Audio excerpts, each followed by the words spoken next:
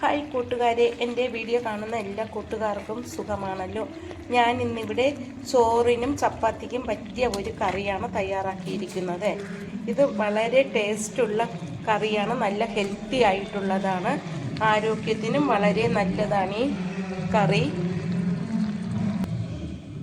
കണ്ടു കഴിയുമ്പോൾ ഇഷ്ടമായെങ്കിൽ എല്ലാവരും ഒന്ന് സബ്സ്ക്രൈബ് ചെയ്യണം, കമൻറ്റും ചെയ്യണം. വീഡിയോയിലേക്ക് കടക്കാം. ഈ ഒരു ഡിഷ് തയ്യാറാക്കാനായിട്ട് ഒരു മുരിങ്ങാക്ക, ഒരു ഉരുളക്കിഴങ്ങ്, ഒരു ക്യാരറ്റ്, സവാള, 2 പച്ചമുളക് ഇതെല്ലാം ചെറുതായിട്ട് അരിഞ്ഞെടുക്കാം.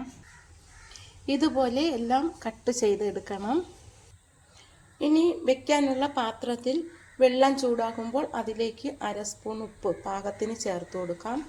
വെള്ളവും വേവാൻ ആവശ്യത്തിന് ചേർത്താൽ മതിയാകും. അതിലേക്ക് നമുക്ക് അരിഞ്ഞു വെച്ചിരിക്കുന്ന എല്ലാ കഷ്ണങ്ങളും ഇട്ട് കൊടുക്കാം. ഉപ്പും വെള്ളവും ചൂടായതാണ്, അതിലേക്കാണ് ഇടുന്നത്.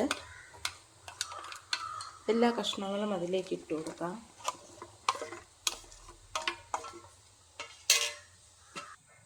ഇനി നമുക്കിതൊന്ന് ഇളക്കി കൊടുക്കാം. 1/4 സ്പൂൺ മഞ്ഞൾപ്പൊടി കൂടി ചേർത്ത് ഇളക്കി കൊടുക്കാം. എന്നിട്ട് നമുക്കിത് അടച്ച് വെച്ച് വേവിക്കാം.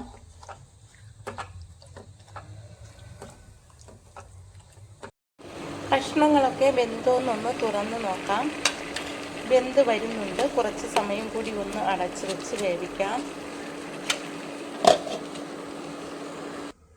ഇനി നമുക്ക് അതിൻ്റെ അരപ്പ് തയ്യാറാക്കാം. ഒരു മുറി തേങ്ങ ചുരണ്ടിയതാണ് ഒരു മിക്സിയുടെ ജാറിലേക്ക് ഇട്ട് കൊടുക്കാം.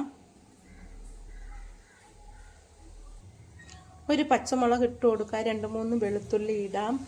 കുറച്ച് ചെറിയ ഉള്ളി ഇട്ട് കൊടുക്കാം. കഷ്ണത്തിൽ മഞ്ഞൾപ്പൊടി ഇട്ടാണ് വേവിച്ചത്. ഇതിലേക്ക് ഒരു 1/4 സ്പൂൺ മഞ്ഞൾപ്പൊടി കൂടി ചേർത്ത് കൊടുക്കാം. 1/4 സ്പൂൺ ജീരകപ്പൊടി ചേർത്ത് കൊടുക്കാം.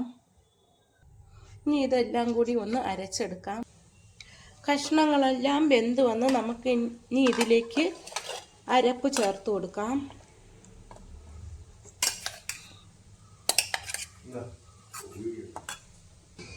അരപ്പിട്ട് എല്ലാം കൂടി ഒന്ന് നന്നായിട്ട് മിക്സ് ചെയ്ത് കൊടുക്കാം.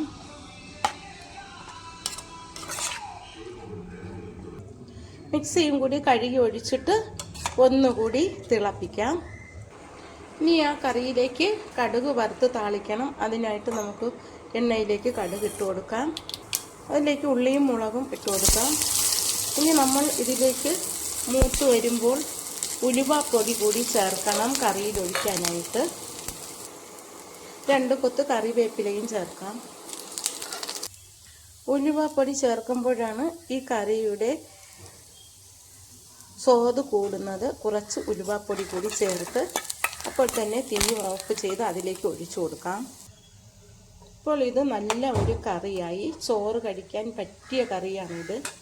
ഈ ഒരു കറി ഉണ്ടെങ്കിൽ പിന്നെ വേറെ കറിയുടെ ആവശ്യമൊന്നുമില്ല. അത്രയ്ക്ക് ടേസ്റ്റാണിത്. ഞാൻ തയ്യാറാക്കിയ ഈ ഒരു കറി ഇഷ്ടമായെങ്കിൽ ആദ്യമായി കാണുന്നവരെല്ലാം എൻ്റെ ചാനൽ സബ്സ്ക്രൈബ് ചെയ്യണം, സപ്പോർട്ട് ചെയ്യണം. Thank you.